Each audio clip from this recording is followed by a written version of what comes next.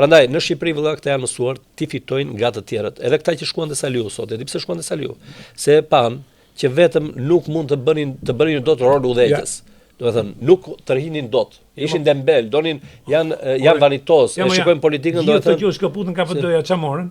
Po është tjetër gjë pastaj, si u doli. Por ata shkuan me idenë të Saliu, të gjithë, Jori Dagazi e tjerë sepse nuk bëheshin dot parë. Po s'janë. E kupton?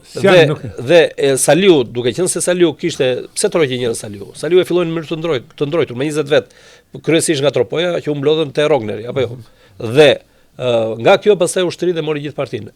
Edhe për arsyeën se Luli i hapi rrugën, e bëri autostradë, nuk u ndesh me të. Do të thënë doli 2-3 intervista bëri. Dhe pastaj Saliu është vetë karakteri tim, është punëtor. Orë të rishtë të dy janë punëtor, dhe Rama dhe Saliu. Dhe janë absolutisht punëtor, i pa losëm 81 vjeç, do të thënë të bjerë Shqipërisë cep në cep. Edhe ka politikën pasion, vëlla, e do shumë politikën. E kupton, e do të del në patologji, pushtetin e ka patologji. Jo politikë, pushtetin e ka patologji. Ai pa pushtet nuk ri dot. Kurse këta bëjnë dhe pa pushtet, këta bëjnë pastaj nuk janë empatik, ata nuk kanë ndjeshmëri për të tjerët. Dhe njerëzit e kanë kuptuar këtë gjë të s'ka empati, edhe të largohet, të braktisin. Edhe pastaj del nga pretendet për kryeministër, nuk merr dot një mandat për deputet. Dhe të gjithë së bashku 37 vet ata nuk vinë dot as tek votat e mia, që megjithatë gurë në rrota që vendosën, e kupton, vetë drejtuesit e partisë në atë kohë, unë mora 13.000 vota. Këta në gjithë Tiranën, në gjithë qarkun, unë i mora në Bashkinë e Tiranës. Këta në gjithë qarkun morën rreth 8.000 vota. 11.000 vota dhe 7-8.000 vota në Bashkinë e Tiranës.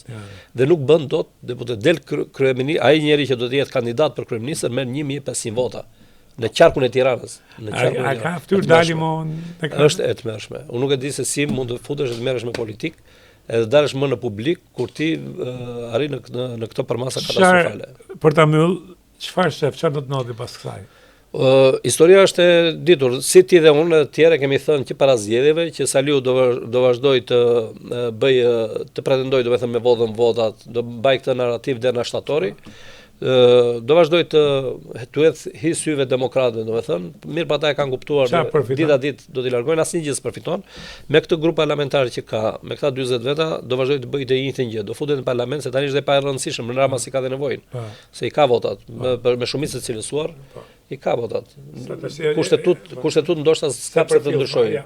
Ndryshon ligjet i ka ato që do të bëj, do të thënë, një vot i duhet dhe atë ka to ndoshin me 3 matan, edhe i bën ato që do. Tani çfarë do bëj Saliu? Të njëjtën gjë, flaga da nuk u vën, bllokim nuk u vën, historinë e vjetra, beshizmi do. Beshizmi do vazhdoj. Dakor, po. E kemi të qartë çfarë do bëj Berisha. Po a nuk bëhet kjo e losme dhe shqiptarët dhe pra a duhet menuqi, duhet kriju diçka o duhet filloj një frym tjetër të paktën për artë e zgjedhjet që do të vinë. Po, kjo s'bëhet me urdhë, kjo bëhet me ndjeshmëri. Duhet të ketë njerëz që s'kan ndjenjë. Nuk ka frym. Brenda Partisë Demokratike ka ende individ që mund ta thonë fjalën e tyre, por janë zëra që do të uzon frymën. Sepse ai vazhdimisht atje ka një grup që e përdor, tash po përdorin si piranja, përdorin në rrjetet sociale dhe zën frymën. Ata si Myslim Murizi e tjerë që janë shprehur që tani që do ta kërkojnë ekzekutimin e Nenit, zbatimin e Nenit që këta e quajnë Neni Basha për dorëgjën e kryetarit. S'ka për të pasur sukses, do t'i zon frymën aty dhe do vazhdoj PD-ja të jetë në agoninë e vet. Do të thënë të shkojë deri të vdekjes.